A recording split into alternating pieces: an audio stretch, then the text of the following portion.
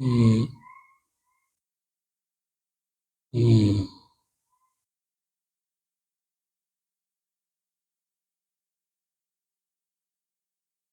mm, mm, mm, mm, mm,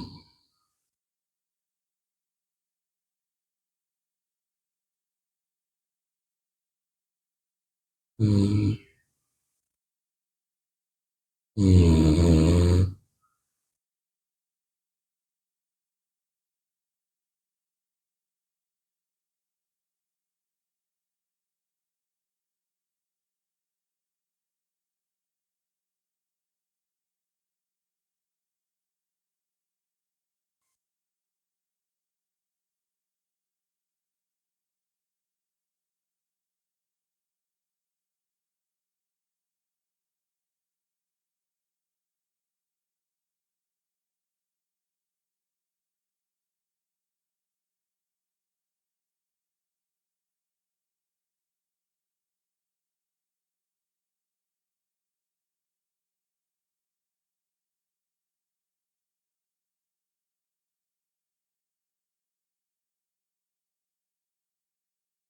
mm, mm,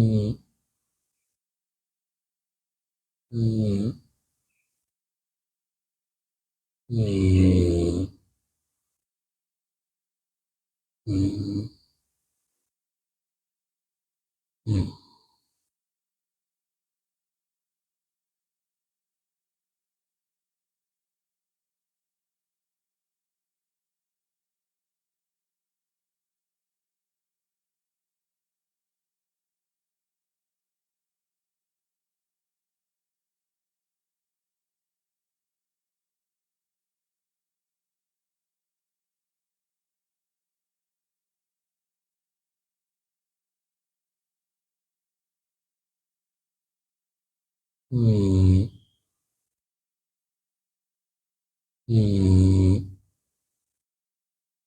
mm, mm,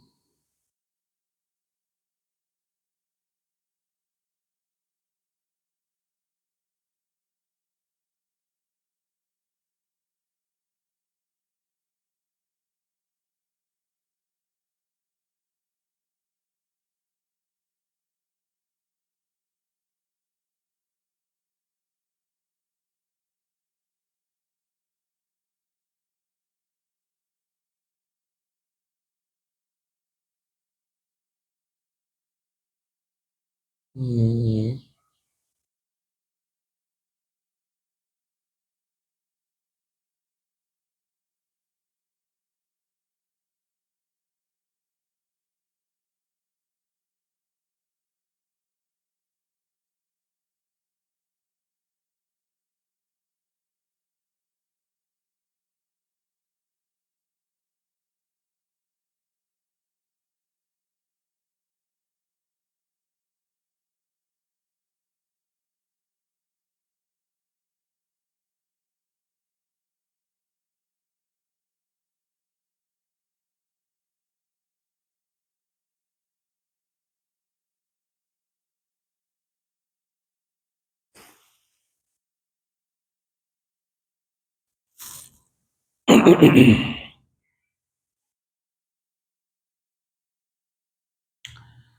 अपने ही चंचल मन को अपने ही बस में करके एकाग्रता, स्थिरता एवं स्वयं अपने आप में शांति का अनुभव करने के बाद स्वयं मैं कौन हूँ को जानने की दृष्टि से साधना करते करते आज 1205 दिन हो गए। तारीख 24 फरवरी सन 2025, दिन सोमवार, प्रातःकाल का समय।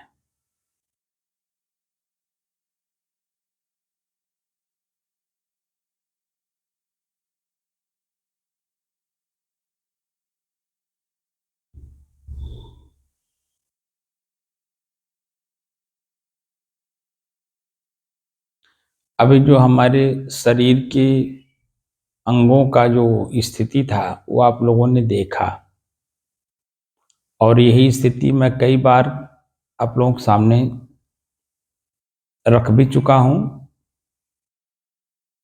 और 2 तारीख को भी हुआ था। 22 तारीख को, 2 तारीख को नहीं, 22 तारीख को, 2 दिन पहले।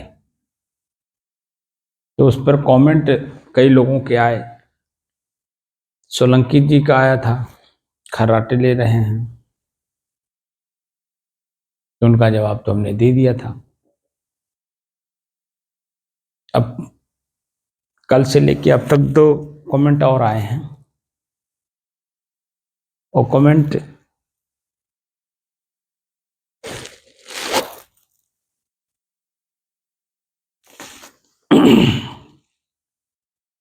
कोई इंद्रपाल सिंह जी हैं, तो उन्होंने लिखा है, मस्त खर्राटे हैं स्वामी जी के, मस्त खर्राटे हैं स्वामी जी के, लगे रहो प्रभु। और उसके पहले कृष्णेंदु दास का भी कमेंट आया है, सू गए क्या गुरुजी, सो गए माने सो गए क्या गुरुजी। और उस पर हमने लिखा था कि आत्मबोध की स्थिरता कैसी होती है, उस पर हमने लिखा था। अब आप देखिए, जो स्थिति आज अभी आपने हमारे शरीर की देखी होगी, क्या मेरे आंख खुले थे, कोई दृश्य देख रहा था, या मेरा कोई कान किसी की बात को सुन रहा है, या मेरा जबान कुछ बोल रहा था, या कुछ खा रहा था तो स्वाद ले रहा होगा, या मेरे कोई हाथ पैर हिल रहे हों, मैं कोई काम कर रहा हूं, या कोई ऐसी स्थिति बनी हो जिसमें मुझे चिंता मेरे शरीर की दिखाई दे रही हो, या कोई चिंतन दिखाई दे रहा हो, या मैं मुस्कुरा रहा हूं, या मैं दुखी हूं, कौन सी परिस्थिति हमारे शरीर की दिख रही थी।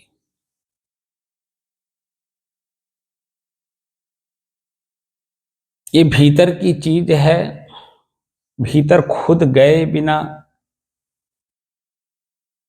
आभास नहीं हो सकता।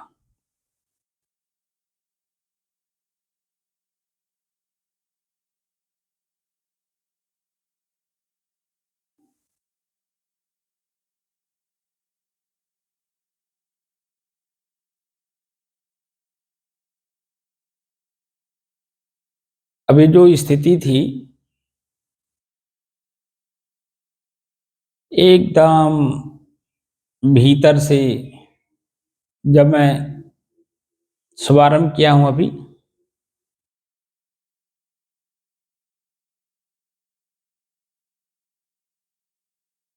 तो मेरा शरीर एकदम सीधा था, मस्तिष्क सीधा।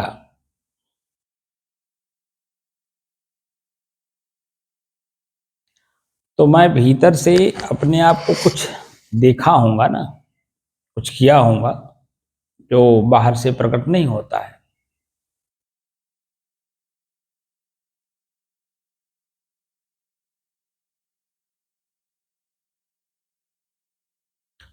अब मैं बैठा हूं तो मेरे पैर आपस में टकरा भी रहे होंगे, उसमें दर्द भी हो रहा होगा, दबाव भी हो रहा होगा,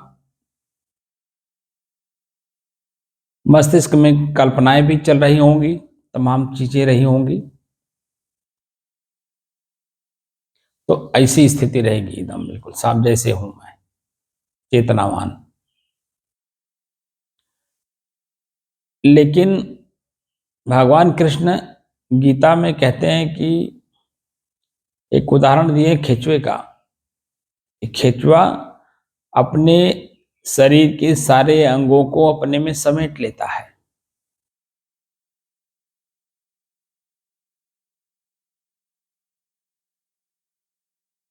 कब? जब उसे महसूस होता है कि मेरे ऊपर किसी प्रकार के कष्ट होने आने वाले हैं, तो अपने सारे अंगों को अपने में समेट लेता है।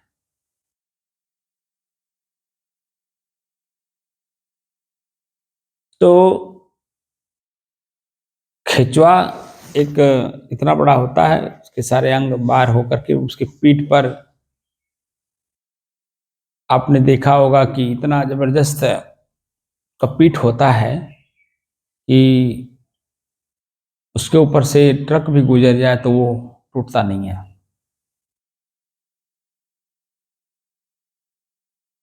तो उसमें से वो मरेगा कैसे? तो उस शरीर के अंदर में कोई जीवात्मा है जो अपने ही शरीर के अंगों को अपने में समेट रहा है, क्योंकि महसूस हुआ उसे। सेम इस शरीर के अंदर में भी वही शरीर के, जो खेचुए के शरीर में जीव है वही इस शरीर के अंदर में भी है। तो हम अपने ही अंगों को अपने में समेट लिए। आंख को देखने से रोक लिए, कान को सुनने से रोक लिए, मुंह को बोलने और स्वाद लेने से और चबाने से, हाथ पैर को रोक लिए कुछ करने या चलने से। भीतर से हमने मन को रोका, कुछ ख्याल न होने पाए। चित्त को रोका हमने, किसी प्रकार का कोई चिंतन चिंता या खोज ना हो।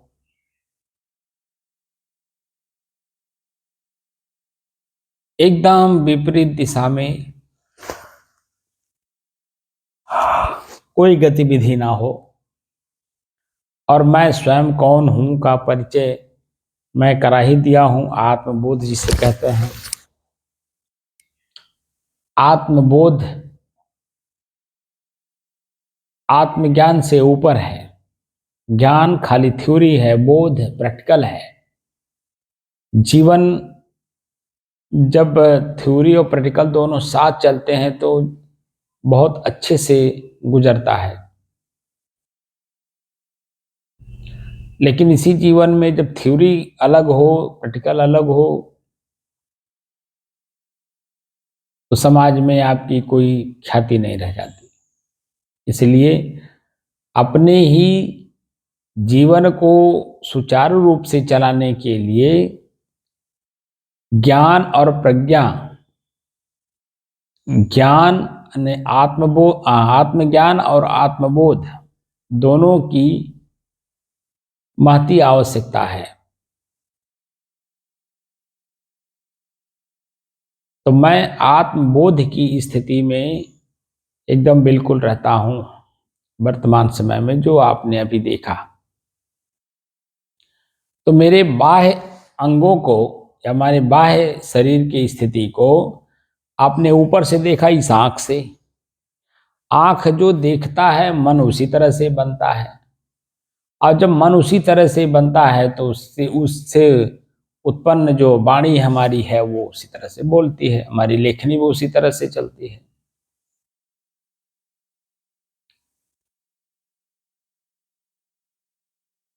तो आपने मेरे ऊपरी हिस्से को देखा तो आप इस तरह से बोल गए, या आप सो गए क्या, मस्त खर्राटे ले रहे हैं, लगे रहो प्रभु जी। आप वैसे भी देख लीजिए वर्तमान समय में मनुष्य, बच्चे से लेकर के और उम्र दराज के लोग भी कितने तनाव में हैं। तनाव क्यों है? इच्छाएं, कामनाएं, वासनाएं इतना बलवती हो गई हैं कि आपको आपकी अपनी स्थिरता में रहने नहीं देती है, चंचल बनाए हुए हैं। मन कुछ न कुछ ख्याल कराता ही रहता है, चित्त कुछ न कुछ अनुसंधान करता ही रहता है, बुद्धि में कुछ का कुछ निश्चय होता ही रहता है। आप जो कर्म करते हो क्रिया के रूप में, आपको करना क्या चाहिए, आप करते क्या हैं, आप खुद संशय में हैं। तो स्थिति जो हो रही है, ये ध्यान साधना का फल है। ध्यान किसका करना है? जिसका आपने लक्ष्य बनाया है। तो लक्ष्य हमारा क्या है? स्वयं मैं कौन हूं को जानने के लिए। साधना क्या है? साधना मतलब बस में करना। मैं कौन हूं के रास्ते में जितने भी व्यवधान आए किसी भी प्रकार की, उन परिस्थितियों को अपने अनुकूल बनाना। आंख व्यवधान था, हमने अनुकूल बनाया, उसको बंद किया। कान व्यवधान था, इसको हमने बंद किया, एकांत सेवन किया।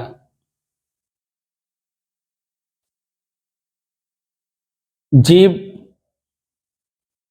बहुत कुछ बोलना चाहता है, हमने समाज से अपने आप को काटा, क्योंकि समाज में आप बैठेंगे, जीभ नाना प्रकार के शब्दों का उच्चारण करेगा।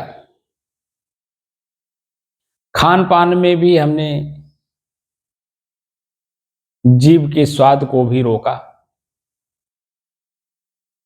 पैर से चलना रोका, हाथ से कुछ करना रोका, क्योंकि ये सब व्यवधान करते हैं मैं कौन हूं के रास्ते में।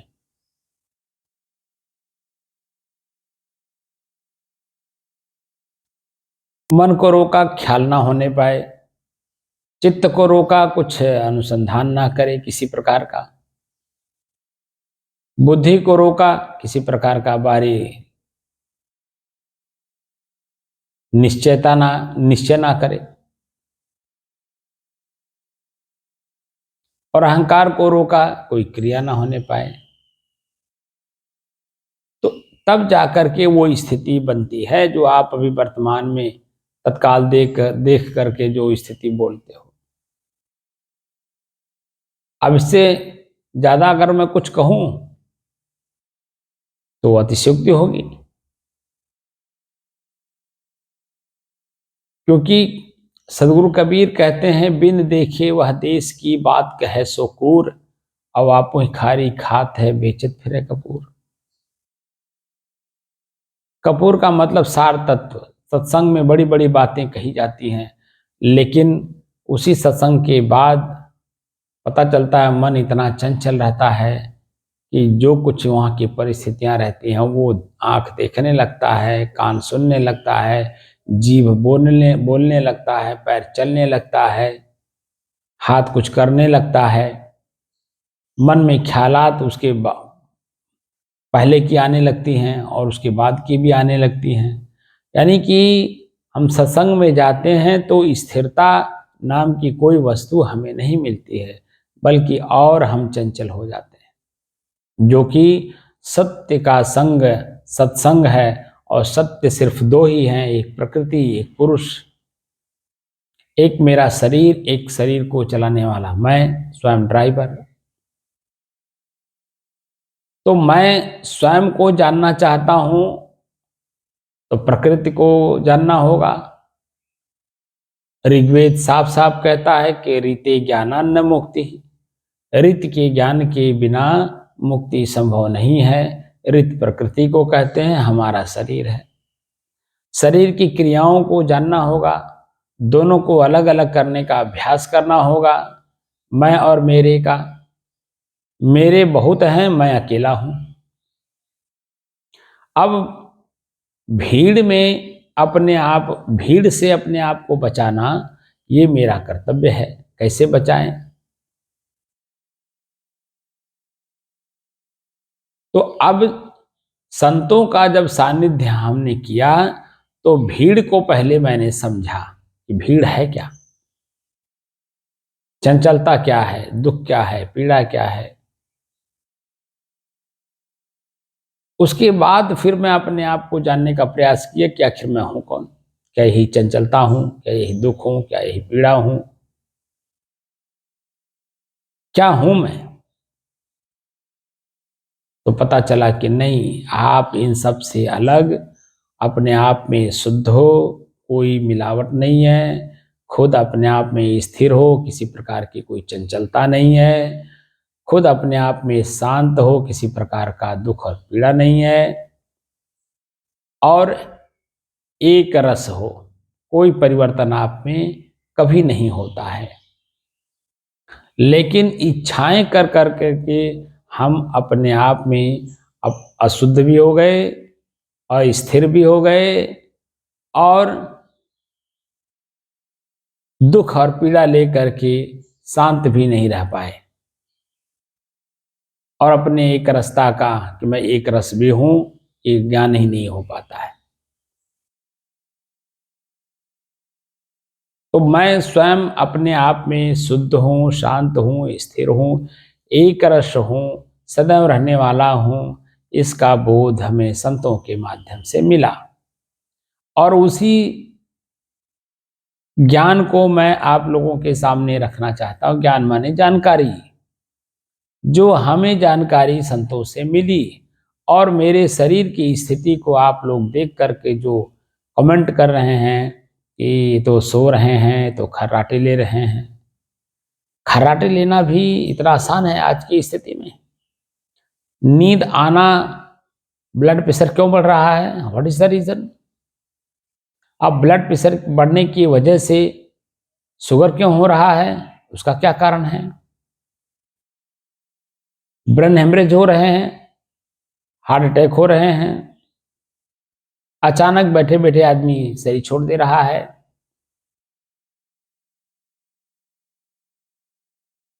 एक्सीडेंट बहुत हो रहे हैं।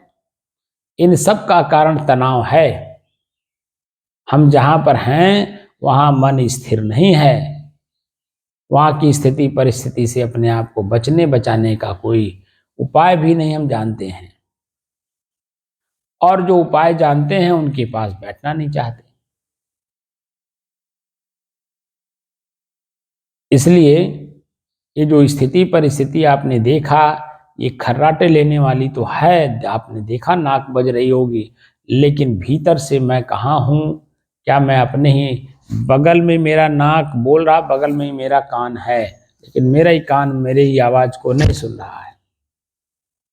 कितना एकांत में मैं हूं, अब आप समझ जाओ। एकांत शब्द का मतलब ही होता है अंत में अकेला रह जाना। तो मैं अपने आप में था एकदम बिल्कुल स्थिति में। यही सब चीजें संत महात्मा अपनी साधना का जो फल है वो समाज में नहीं रहते रखते हैं, और इसीलिए वो एकांत में कहीं झोपड़ी बना करके दूर दराज रहते हैं आप लोगों के बीच से। क्योंकि जो वास्तविक स्थिति है उसको आप लोग देख करके कुछ का कुछ शब्दों का उच्चारण कर देते हो, जिससे कि आपका मन भ्रमित हो जाता है। और भ्रमित जो जीव हो जाता है फिर उसको सीधा रास्ता पे लाना बड़ा मुश्किल काम होता है। इसीलिए हम लोग बाहर बाहर की बातें जरूर कह देते हैं, लेकिन जो मुख्य चीजें हैं जो आपको अपने तक पहुंचाती हैं, आप अपने में जब रहोगे तभी आपको नींद आती है। आप वैसे भी ले लो, बाहर की किसी प्रकार का कोई कार्य करते रहो, पैर से चलते रहो, हाथ से कुछ करते रहो, मुंह से बोलते रहो, आंख से देखते रहो, कान से सुनते रहो, तो क्या आपको नींद आएगी? मन से कुछ सोचते रहो, चित्त से कुछ अनुसंधान करते रहो, बुद्धि में कुछ का कुछ निश्चय करते रहो, और अहम भाव लिए रहो, मैं बहुत जानकार हूं, मैं बहुत करता हूं, मैं ये ऐसा हूं वैसा हूं। तो ये इन सब चीजों से जो भी जागृत आपने कर दिया वह जागृत हो गया, आपको अपनी स्थिति में रहने नहीं देगा। जैसे बच्चा है, जैसे ही जगता है मां को स्थिर रहने नहीं देता है। माँ यहाँ आप स्वयं हैं, बच्चा आपकी इंद्रियां हैं, इनकी क्रियाएं हैं। ये जब जाग जाएंगी तो आपको स्थिर रहने नहीं देंगी। इसीलिए इन्हें सुलाना पड़ता है, इनको देखकर, जानकर, समझ करके। इसीलिए साधना करने की जरूरत है। साधना मतलब बस में करना। हमारा ये आंख हमारे बस में है, हमारा ही कान हमारे बस में है। ये अभ्यास आज का नहीं है। अब आप समझ लें 90 से लेके अब तक का अभ्यास है जो अब मैं बैठता हूँ, आपने देखा होगा 5-7 मिनट के बाद मैं अपने आप में स्थिर हो जाता हूँ और शरीर की स्थिति आप अपने आंख से देखते हो कि इनके शरीर की स्थिति क्या है। तो जब मैं शरीर के अंगों की क्रियाओं में मैं हूं ही नहीं, तो मेरे शरीर की स्थिति कैसी बनेगी? जो आप देखोगे वही सही है, वही आप बोलोगे भी। लेकिन करके देखो। मैं साधना करा रहा हूं करने के लिए, न कि आंख से देखने के लिए, न कि कान से सुनने के लिए, भीतर से अनुभव करने के लिए, महसूस करने के लिए। अपने आप को महसूस करो कि मैं हूं कौन। इसलिए बाह्य अंग को देख करके भ्रमित मत होइए। आप अपने आप को अपनी स्थिति में ले जाने का प्रयास करिए। जो सीधा सीधा हमें चीजें प्राप्त हो सकती हैं, उसे पहाड़ चढ़ने की क्या जरूरत है?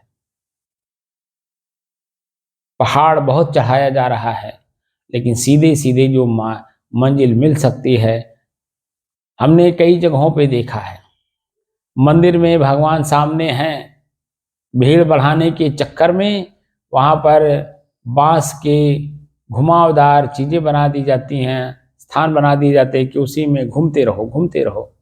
सुबह से लेकर के शाम तक भीड़ इतनी ज़्यादा इकट्ठा कर लेंगे कि कोई न कोई वहाँ घटनाएं घट जाती हैं किसी न किसी प्रकार से। क्या ज़रूरत है?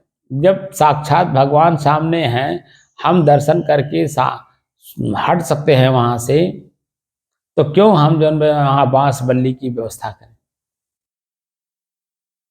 हम अपने भगवान यानी हम स्वयं अपने आप से सीधे सीधे परिचय कर सकते हैं, तो हमें पहाड़ चढ़ने की जरूरत क्या है?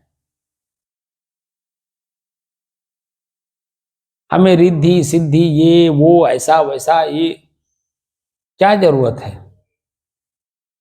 बस जो चीज जैसी है वैसे हमें महसूस हो जाए, बात खत्म। और मैं जैसा हूं वैसे ही रह जाऊं। लेकिन इसके लिए अब आप समझिए कि मैं इसमें खोज करते करते करते करते करते हर स्थिति परिस्थिति जिसको भी जो देखा मैंने, जिन्होंने जो कुछ कहा बताया सुना, उसको मैंने प्रयास किया कि आखिर ये कह क्या रहे हैं, करके देखा जाए मैं लाभ क्या है। लाभ की जगह पे हानि हो जा रही है। मेरी जो स्थिरता है उसमें चंचलता आ जा रही है। वो चंचलता ही हमारी हानि है। और मानव जीवन इतना कीमती मिला है कि एक एक मिनट जो हमारा जा रहा है वह मेरा लौट के नहीं आ रहा है। तो हम अनर्गल चीज़ों में देखने सुनने भोगने मनन करने चिंतन करने में लगे हुए हैं। जो चीज़ें हमें सीधे मिल सकती हैं उस पर हम पहाड़ चढ़ रहे हैं। इसलिए आप लोग हमारे स्थिति परिस्थिति को ना देखिए शरीर की, हमारे भीतर की स्थिति परिस्थिति को जानने का प्रयास किए करिए कि ताकि हम कौन हैं ये जान सकें। अब आप जान लीजिए कि अब शाम से, आज भी प्रातः काल है, आज 24 तारीख है, 24 फरवरी, दिन सोमवार है, या कल सुबह से, आज तो पूरा दिन शाम को भी हम ये अपनी स्थिति परिस्थिति के बारे में दिखा देंगे बता देंगे।